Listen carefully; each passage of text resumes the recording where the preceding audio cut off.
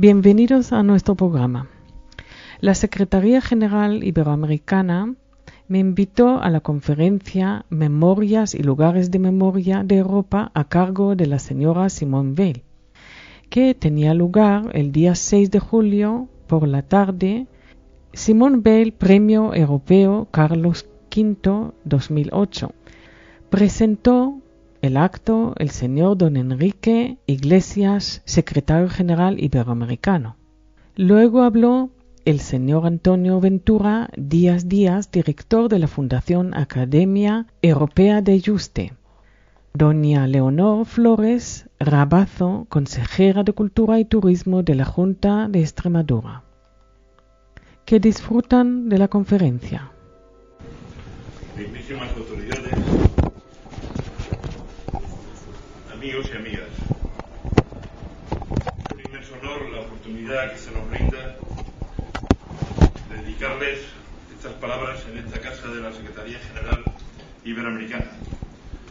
Hace algo más de un año, en presencia de Su Majestad de los Reyes de España, la Fundación Academia Europea de Yuste otorgó su máximo galardón, el Premio Europeo Carlos V, a una de las personalidades más sobresalientes de Europa, Simone Veil, que simboliza la punta de lanza de la igualdad de género entre hombres y mujeres en Europa. La igualdad, la libertad, frente a la iniquidad, intolerancia y horror que imperó en Europa en la década de los años 40 del siglo XX. En palabras de Su Majestad el Rey, Simone Veil es en efecto no solo fue testigo de ese pasado histórico, sino un actor de primer orden de la feliz transformación de Europa y un referente de futuro para proseguir una obra marcada por el progreso y la esperanza. Como muy bien afirmó también en su discurso en la entrega del Premio Europeo Carlos V, Su Majestad el Rey pertenece a la generación nacida entre guerras, entre esas guerras que enlutaron no solamente Europa, sino por culpa de Europa al mundo entero. Reiterar mi gratitud a la Secretaría General Iberoamericana y a su secretario general por la oportunidad que se nos ha brindado de organizar esta conferencia de la señora doña Simone Veil, de la que además nos resta agradecer su magistral enseñanza del valor, el perdón, la capacidad para reconciliar, de defensa de los derechos humanos, la paz, la igualdad, la fraternidad, su compromiso por la igualdad de hombres y mujeres y, por último, su liderazgo político a la hora de promover la integración europea. Muchas gracias por su atención.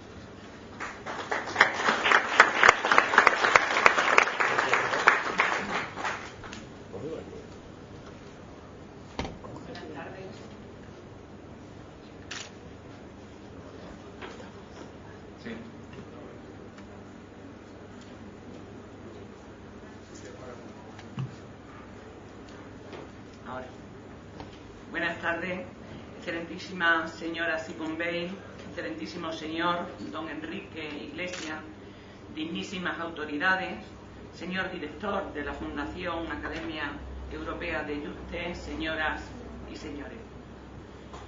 Quisiera en primer lugar agradecer a todos los presentes su asistencia y la participación a esta conferencia en esta nuestra casa de la Secretaría General de Iberoamérica, que con tanto cariño nos recibe y donde tendremos el inmenso honor de escuchar a una de las mentes más lúcidas y preclaras de nuestra Europa contemporánea, la excelentísima señora Simone Veil, quien nos dará una conferencia magistral acerca de las memorias y lugares de la memoria de Europa. De la excelentísima señora Simone Veil, Premio Europeo Carlos V 2008, una de las personalidades más destacadas de Europa, que, como muy bien aseveró Pottering, delante de sus majestades de España en el monasterio de Yuste, ella representa la esperanza frente a la oscuridad, la integridad moral frente al oportunismo, el poder del ejemplo frente al cinismo y a la frustración. Simone Veil encarna el espíritu de los premios europeos Carlos V de la Fundación Academia Europea de Yuste, pues simboliza nuestra voluntad común de divulgar el conocimiento de las raíces históricas y culturales de los pueblos y de las naciones que componen la Europa de hoy. Simone Veil encarna estas raíces y ha contribuido con su vida al futuro crecimiento de nuestras mejores tradiciones comunes. Asimismo, decía delante de otro auditorio que Simone Weil nos recuerda de dónde venimos y lo que Europa ha conseguido tras largos periodos de oscuridad.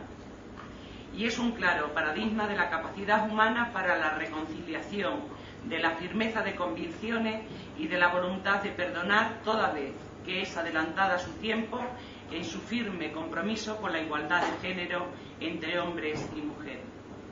Asumió en 1979 el reto de aceptar el cargo de primera presidenta del Parlamento Europeo, elegido por unanimidad, y defendió a ultranza el reto de la paz por constituir el principal problema para Europa.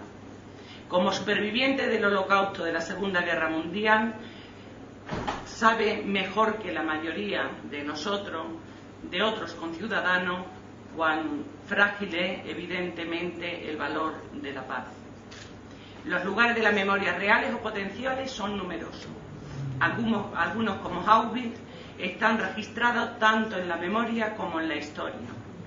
No ha sido casualidad haber llegado al hito de una nueva Europa unida, de sus pueblos y de sus ciudadanos y ciudadanas. Desde el Imperio Romano hasta mediados del siglo XX, muchos han sido los intentos infructuosos de lograr una identidad europea. Desde Carlomagno hasta Napoleón, pasando por Carlos I de España y V de Alemania, adelantado a su tiempo y paradigma de una Europa unida. Y la más negra experiencia de la Alemania de Hitler, de la memoria, no se debe borrar jamás, por constituir el ejemplo más claro y contundente de la desnaturalización humana y la deshumanización, del desarraigo, del honor, de la imposición por la fuerza de las armas, de la sinrazón, del desprecio más absoluto de los derechos humanos fundamentales que le son inherentes a las personas por su condición humana. Digo, no ha sido casualidad llegar al momento actual. Las luchas fratricidas y el afán imperialista han dominado tantas largas centurias hasta llegar a la Europa de hoy en día. Y muchas han sido las esperanzas depositadas en la lucha solidaria.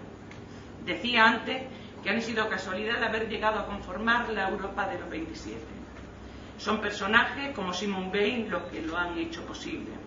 Quisiera rendir un emotivo tributo a la persona de Simone Weil y agradecer vivamente la iniciativa de la Secretaría General de Iberoamérica y a su director general, don Enrique Iglesias, por su especial sensibilidad hacia la figura de nuestra galardonada, la atención prestada e interés por los premios europeos Carlos V 2008 que recibió de manos de Su Majestad el Rey de España, y por las becas que llevan su nombre, becas Premio Europeo Carlos V Simone Weil, Memorias y Lugares de Memoria de Europa.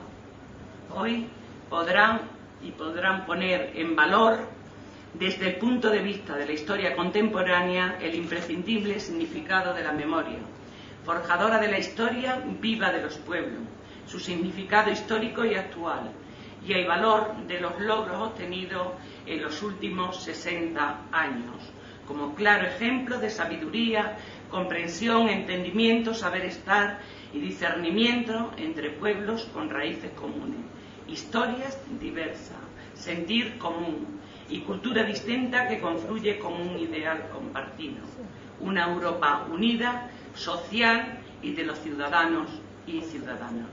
Muchas gracias por su atención.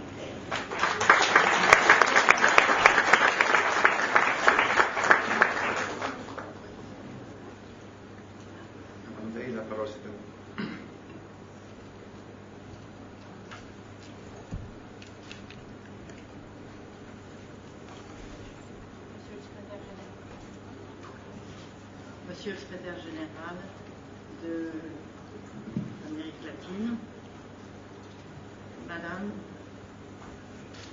Léonore Flores-Rabazo, je vous remercie de votre présentation et je voudrais encore vous dire merci. Merci beaucoup d'être là et de m'avoir accueilli dans cette maison. Je ne pensais pas, il est vrai, que cette rencontre aboutirait à ce que je m'exprime à propos de l'Europe.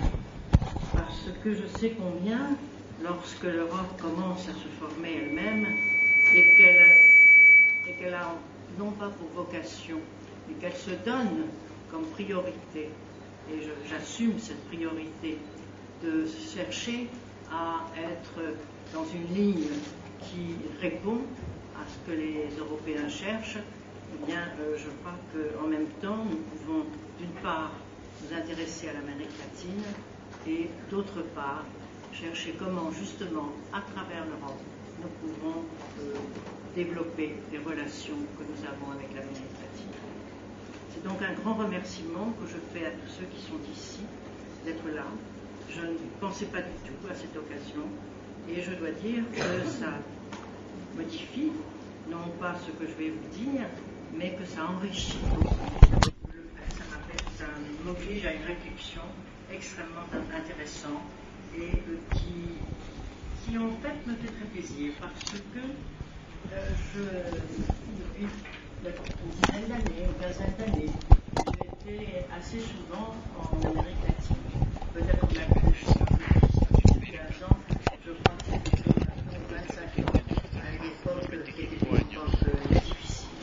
Et quand nous avions, en Amérique latine, j'ai été souvent là-bas.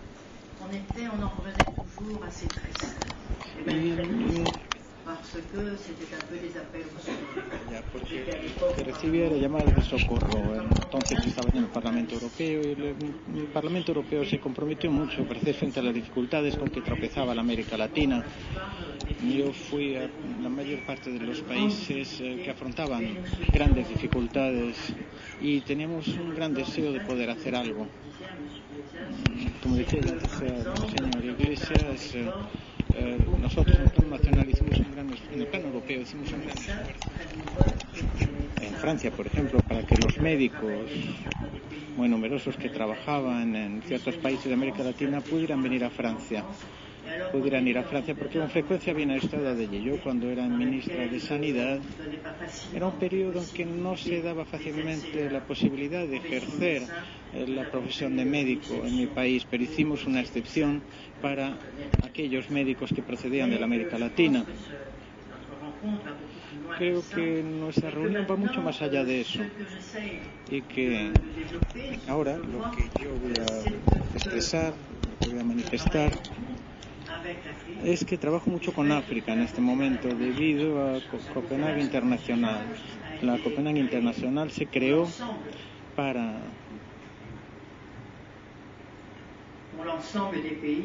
el conjunto de los países que quieren tener seguridad y que quieren sobre todo que una serie de hechos muy importantes se puedan castigar pasando por el Tribunal Penal Internacional. Yo no formo parte de ese tribunal, pero siempre he sido el fondo de las víctimas, lo que me hace mantener muchas relaciones con ese ambiente y me doy cuenta de que no se habla apenas de América Latina porque las cosas van bien allí. No nos ocupamos de esos asuntos, mientras que la situación de África es catastrófica en algunos países. Así que ya vemos cómo se hace un desplazamiento entre distintas situaciones. Pero en fin, no voy a empezar a hablar de África, a hacer comparaciones. Quería decir simplemente con ello que esta situación que nos preocupaba hace 20-25 años en América Latina, creo que se ha resuelto en gran medida. No me hago ilusiones, ya sé muy bien que en esos países y en todos nuestros países hay grandes dificultades entre distintos países, por una parte, y también las poblaciones de estos países, para algunos la vida es fácil, a veces nos parece a nosotros, los europeos, que es un sueño el que tienen algunos países que han llegado a él, mientras que la situación en África es extremadamente difícil y tenemos que ocuparnos de ese continente. Pero quiero decir sobre todo que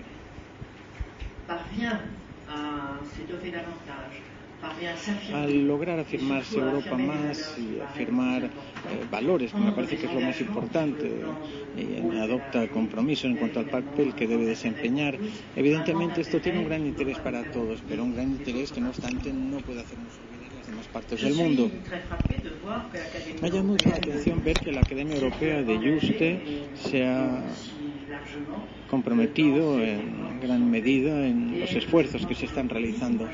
Y hoy voy a tratar de hablarles acerca de lo que hace que Europa todavía tenga muchas importantes responsabilidades que debe asumir, y que entre esas responsabilidades, muchas de ellas son responsabilidades que proceden de la propia historia. Por eso el tema de la memoria es esencial. Y yo trato de aprovechar todas las ocasiones posibles para expresarme ante los jóvenes sobre todo, y también entre demás personas interesadas en la formación, para hacer una contribución a la reflexión sobre el tema tal como me ha sido planteado. Me ha interesado particularmente la posibilidad de hablar a ustedes sobre mi propio pasado, un pasado muy marcado por el desastre que vivieron los judíos de Europa. He aceptado múltiples entrevistas, he participado en numerosos coloquios, he pronunciado muchas intervenciones en Francia y en el extranjero sobre la Shoah y el deber de la memoria, por una razón que basta por sí misma, y es que mientras que pueda, tengo la obligación, una obligación tanto mayor en vista de las funciones que he ocupado y que me dan más posibilidades que a otros camaradas míos de que se me escuche. Es verdad que somos cada vez menos numerosos para hablar de ello y poner en guardia a la gente. Creo que hoy quedan en Francia, por ejemplo, yo estoy entre los 10 o 15 más jóvenes que fueron deportados durante la guerra.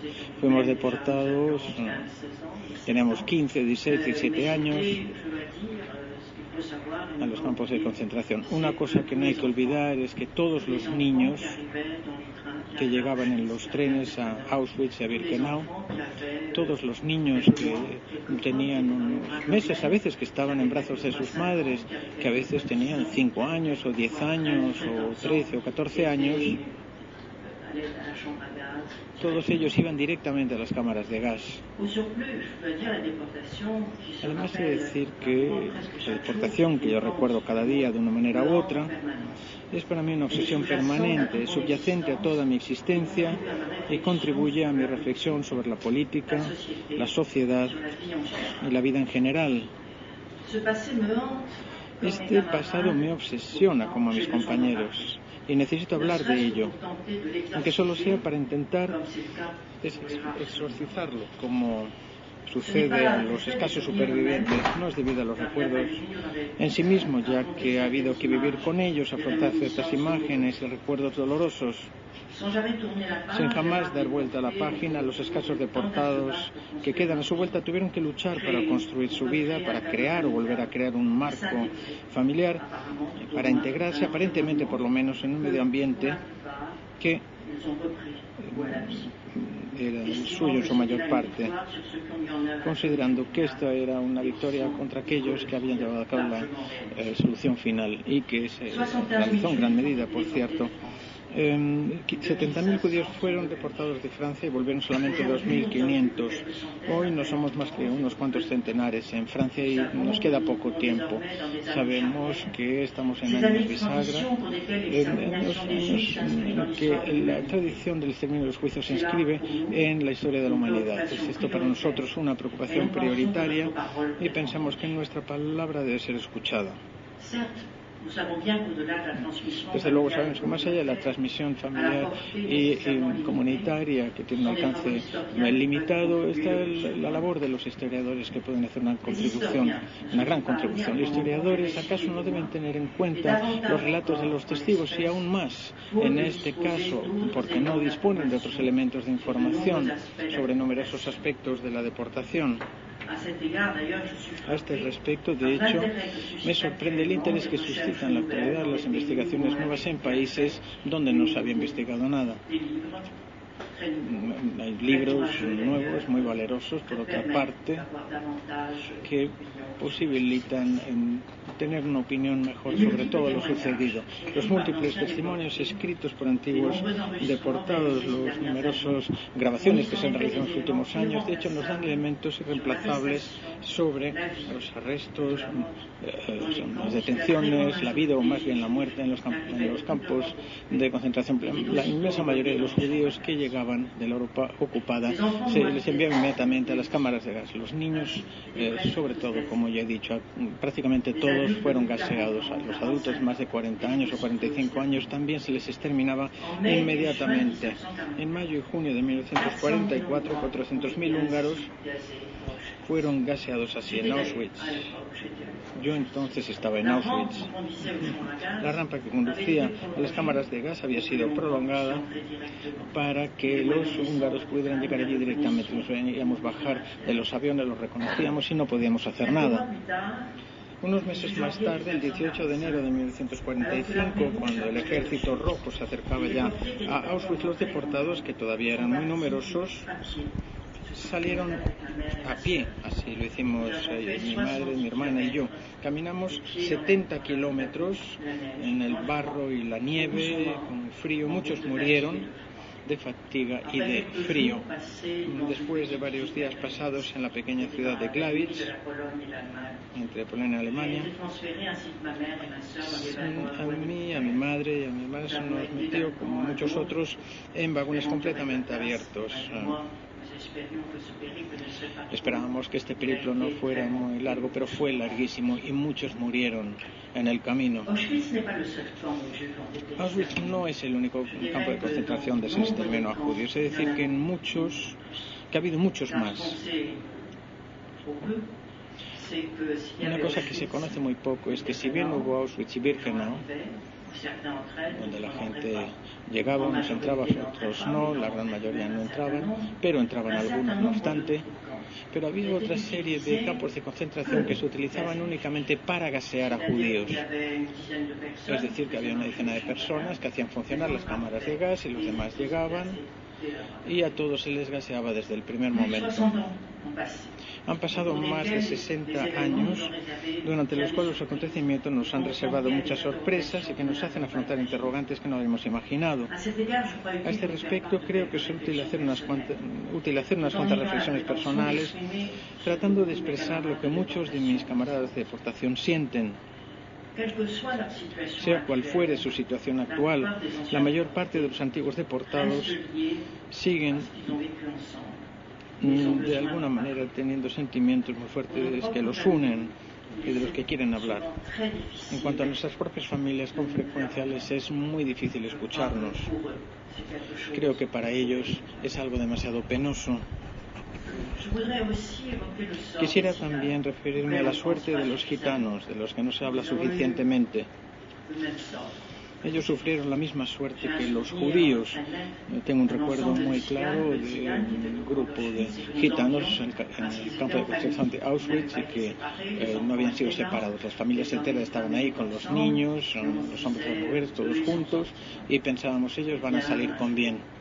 Pero todos los días pasábamos por delante donde estaban los gitanos. Un día pasamos y por la noche se les había llevado a todos a los crematorios, a todos se les había quemado. Así que siempre que tengo la oportunidad quiero evocar la suerte de los gitanos, ya que en general todos los sentimientos que se tenían, la desconfianza no justificada, nos hace que no nos ocupemos suficientemente de ellos o nada en absoluto de ellos. En Bergen-Belsen hace unos años estuve allí, había muchos judíos y muchos gitanos y pude hablarles allí. Y dije que ellos también habían sido perseguidos y asesinados por las SS, no solamente los judíos. En Polonia y Ucrania los judíos, antes de ser deportados, fueron metidos en guetos, muchos de ellos fueron asesinados. Auschwitz-Birkenau fue el lugar de exterminio más importante, donde quedan los vestigios más claros de exterminio de judíos y gitanos por parte de los nazis. Lo que hoy se plantea es la cuestión de la conservación de los objetos personales de las víctimas. Se trata de por lo menos frenar la destrucción de todo eso debido a las condiciones climáticas de la región y al turismo de masas. Por mi parte, creo que estos lugares de la memoria no son lo que ya eran, ya no es posible renovarlos. ¿Acaso no sería más bien necesario crear un museo del exterminio en el sitio de Birkenau en lugar de tratar de reconstruirlo? Me parece a mí que el deber de la memoria solamente puede hacerse mediante la transmisión y la enseñanza. Es responsabilidad de todos nosotros el garantizar la perenidad de esta memoria a través de museos, escritos, testimonios. Me doy perfectamente cuenta, así como mis compañeros, de que nos queda muy poco tiempo para transmitir lo que hemos vivido y sobre todo para sacar enseñanzas de ello. Yo pertenezco a la generación nacida entre las dos guerras.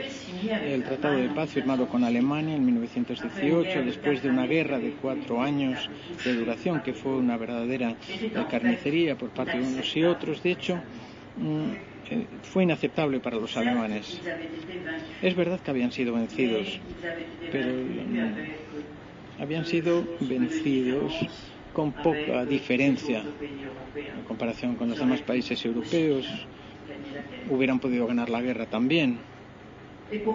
Y sin embargo, el tratado que se firmó no solamente fue sumamente pesado para los alemanes, sino que fue humillante para ellos. Y creo que esa humillación que se hizo a los alemanes después de la Segunda Guerra Mundial, después de la Primera Guerra Mundial, tuvo mucho que ver con que subiera al poder Hitler. Por eso impuso una dictadura que tenía por objeto en particular el exterminio de los judíos. ¿Y por qué los judíos? Nunca lo sabremos, pero yo diría que, grosso modo, que son ellos los que pagaron la factura.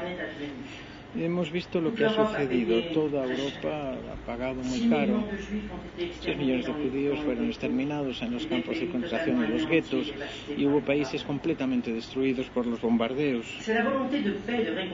Es la voluntad de paz y de reconciliación lo que inspira a los padres fundadores de Europa. Yo misma, que conocí el horror, a mi vuelta de la deportación siempre me esforcé por lograr la reconciliación entre alemanes y franceses, diría yo, entre los alemanes y la mayor parte de los europeos, que estamos todos del mismo lado, evitando así que hubiera un nuevo conflicto letal. La desaparición de una gran parte de mi familia en esta guerra ha sido una de las principales razones para mi compromiso político. Por mi parte, desde el fin de la guerra, estaba convencida de que a toda costa había que tratar de buscar la reconciliación con los alemanes. Mi madre desde hacía mucho tiempo, cuando era yo niña, me hablaba de las dificultades que teníamos con los alemanes, pero siempre decía: hicimos mal.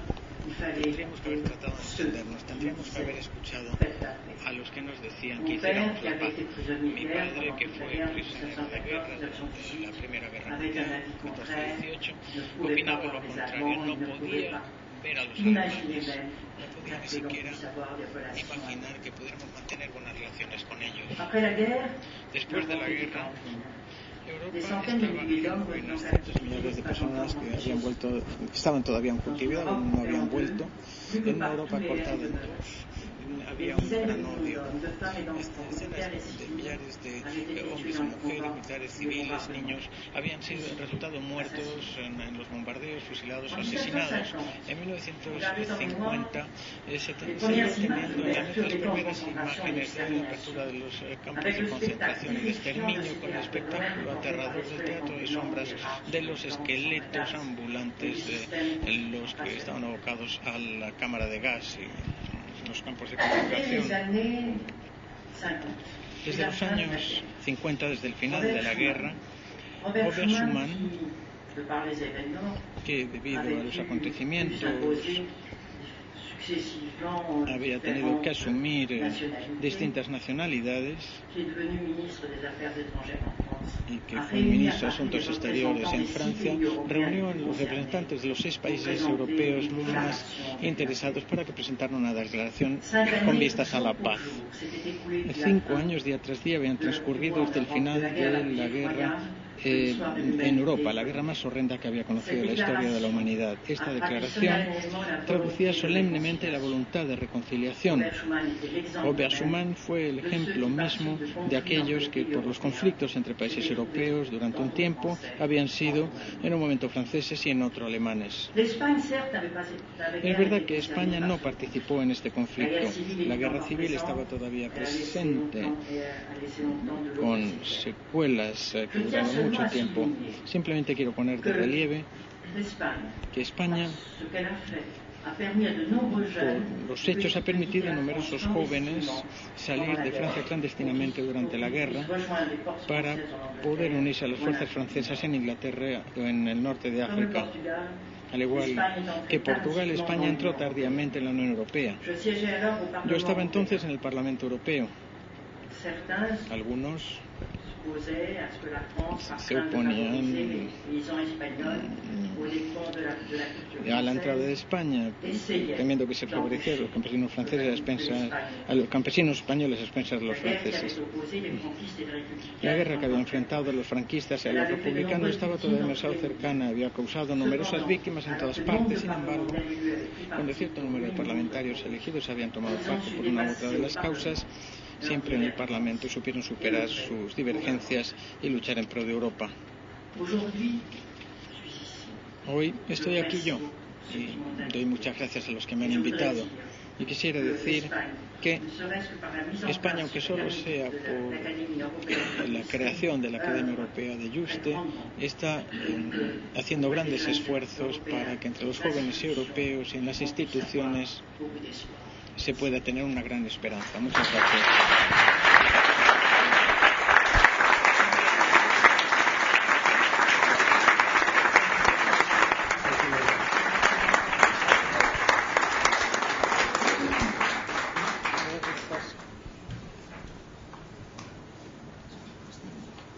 Merci beaucoup, Madame Veil.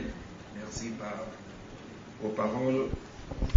Merci pour ce que vous avez fait à l'humanité.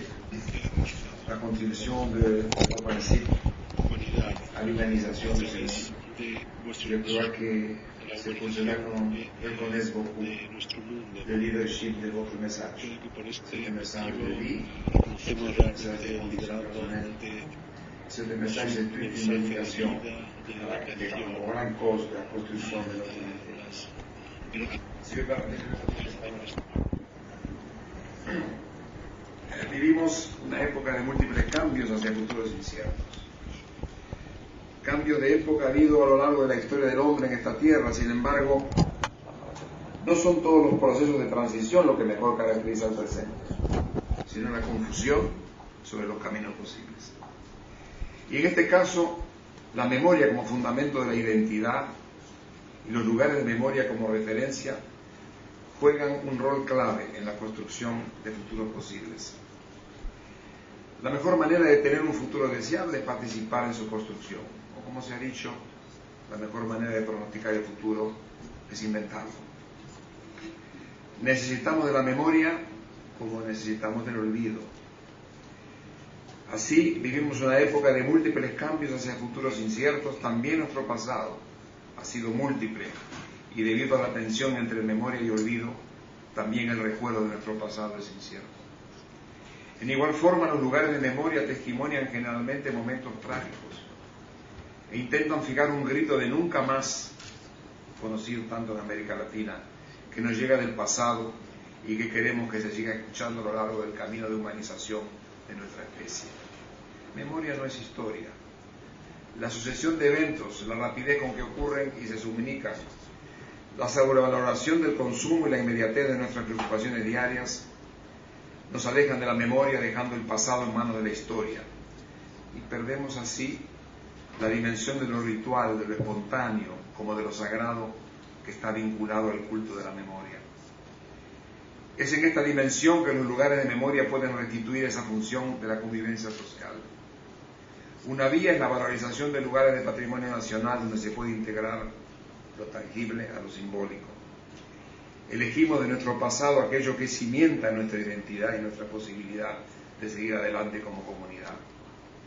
Pasar, como se busca en Europa, a la construcción de una integración regional que implica concesiones del Estado Nacional a una identidad colectiva más vasta, es un desafío mayor. También en nuestra América Latina. Se trata de fundar una identidad común y en ese propósito los lugares de memoria, a diferencia de la tradición, presuponen una elaboración consciente de un pasado histórico con proyección de futuro. Estoy persuadido que aquellos sitios que recuerdan en general grandes tragedias pueden ser lugares de culto y reflexión, cimientos de identidad, pero su tratamiento requiere de un cuidado especial y esto es tarea de todos, los políticos, los educadores, los intelectuales y sobre todo de aquellos que se identifican con el sitio por su propio pasado, quienes deben velar para que sea un punto de partida antes que una referencia excluyente. La historia de la humanidad puede leerse como la de una lenta y sobresaltada apertura hacia la identificación con el otro. No es fácil comprender que aceptar la diversidad nos hace más iguales. Sin embargo, soy optimista. La toma de conciencia de lo pequeño y frágil que es nuestro planeta, de los innumerables fenómenos que nos afectan a todos por igual, van forjando las condiciones para que por necesidad debamos identificarnos con nosotros. No solamente con nuestra especie, sino con todo lo que configura nuestro ecosistema. Nuestra supervivencia depende de ello. ¿Cuáles son los sitios de memoria de América? ¿Cómo se aplica el deber de memoria? ¿Cómo se cimenta una identidad común capaz de ser parte estructurante de una posible y deseable integración regional? En el año 1648 se inició el Estado-Nación en Europa, consagrando el principio de la soberanía nacional. Bien podría pensarse que fue el punto de partida del desafío europeo de hoy, que consiste en desarrollar una identidad supranacional en el proceso de integración y de construcción de Europa. 161 años después de la Paz de Westfalia de ese año, América Latina comenzó a independizarse con la consiguiente construcción de estados, cuyas fronteras tardaron casi un siglo en estabilizarse. Este año empezamos a conmemorar el bicentenario de la gesta de la independencia americana. En América Latina los estados no fueron delimitados partiendo de un territorio perteneciente a una nación, sino por las zonas de influencia de caudillos o grupos criollos a partir de centros de poder de hasta entonces definidos por las metrópolis. Los latinoamericanos aún estamos en deuda con la integración de nuestras propias sociedades en un proyecto nacional, integración cuyo punto de partida es muy diferente al europeo. Nuestro deber de memoria hacia los pueblos indígenas y africanos es inmenso e ineludible. En 1815, en plena gesta de la independencia, Bolívar dijo: no somos ni indios ni europeos, sino una especie media entre los legítimos propietarios del país y los usurpadores españoles. En suma, no siendo nosotros americanos por nacimiento y de nuestros derechos los de Europa, tenemos que disputar estos a los del país y mantenernos en la contrainvasión de los invasores. Nuestra situación es a la vez extraordinaria y terriblemente complicada. Fin de la cita. La independencia es obra de los criollos europeos nacidos en América, de origen ibérico, con una cultura, una lengua y una religión común. Estas circunstancias hacen que la idea de la integración regional nazca muy temprano e incluso preceda por muchos años a la integración europea. Poco tiempo después, Bolívar decía también: es una idea grandiosa pretender formar de todo el mundo nuevo una sola nación por un solo vínculo que ligue sus partes entre sí con el todo. Y a partir de esa idea es que convoca en 1924 al Congreso de Panamá. 1824 parte la integración de América Latina, el istmo que él consideraba el centro del mundo, equidistante de todos los extremos. Su éxito fue relativo. Sin embargo, la idea de integración estaba asentada. Sus bases eran claras: la nación europea del Nuevo Mundo. Pero las sociedades del Nuevo Mundo se asentaban sobre tres grandes fuentes: los pueblos indígenas, los descendientes e inmigrantes de las naciones colonizadoras y los pueblos africanos, traídos contra su voluntad para ser esclavos. Cada una de ellas con sus innumerables etnias y culturas que se extendieron por todo el territorio de América Sur, Central y Caribe. Los aborígenes en algunas partes fueron sometidos e ignorados y en otras notables excepciones formaron parte del proyecto nacional. El mestizaje empezó a ser así un dato más de esta realidad social tan rica como compleja. El siglo XIX ve desarrollarse incontables proyectos de construcción de la nación, entendida como la población que habita dentro de sus fronteras en un estado recién nacido. El castellano y el portugués se impusieron como lenguas unificadoras. Los ideales de la Revolución Francesa y Americana fueron el sustento de los trabajos de construcción institucional. Sin embargo, los pueblos que conviven sobre el territorio del Estado no han logrado aún, en la mayoría de los casos, la consistencia de una nación. Muchos son los políticos embarcados en esta tarea. También y en forma especial, los intelectuales han venido aportando sus esfuerzos en la misma dirección, en la idea de crear un mito fundador. La fecunda literatura latinoamericana logra una cierta manera de colmar la debilidad de una identidad colectiva con un imaginario colectivo. La literatura indigenista, la novela histórica, el modernismo, el realismo mágico, todas estas ficciones que parecen más verdaderas que la realidad han poblado de naturaleza, de romanticismo y de rebeldía generaciones completas de latinoamericanos. ¿No podríamos también decir esto de la pintura? Entonces, ¿cuáles son los sitios de memoria que pueden proyectar hacia el futuro los símbolos de una identidad latinoamericana? Nos faltan lugares físicos, el patrimonio vasto, precolonial, colonial y presente. La UNESCO ha nominado algunos sitios por su valor histórico, del norte al sur: Teotihuacán, Chichén Itzá, Tikal, Copán, Cusco, entre otras. También sitios americanos que son parte de la historia europea, como las ciudades coloniales de Habana Vieja, el centro histórico de Quito, Brasil, las ciudades coloniales de Brasil, misiones jesuíticas en Paraguay y Argentina, Potosí en Bolivia, Rapa Nui en Chile. El camino del Inca o la ruta de esclavos, un proyecto importante que debe completarse para dar cuenta histórica de las condiciones reales de aquel terrible tráfico. El reconocimiento de estos lugares como patrimonio de la humanidad ha aumentado el interés por ellos y incentivado su conservación e incrementado el turismo. Quizá este sea el paso previo para que algunos de ellos se transformen en sitios de memoria con el objetivo de aumentar la autoestima de las poblaciones concernidas, rendirles justicia y promover una identificación abierta hacia los otros sitios. Yo creo que todo esto, hagamos un juicio arriesgado. Creo que está más avanzada la integración identitaria en América Latina que la integración política. Pero afortunadamente comienza a haber en América Latina presidentes indígenas y mestizos elegidos democráticamente para dirigir los destinos de sociedades multirraciales y multiculturales dentro de una comunidad que comparte valores que le vienen de la época de la independencia.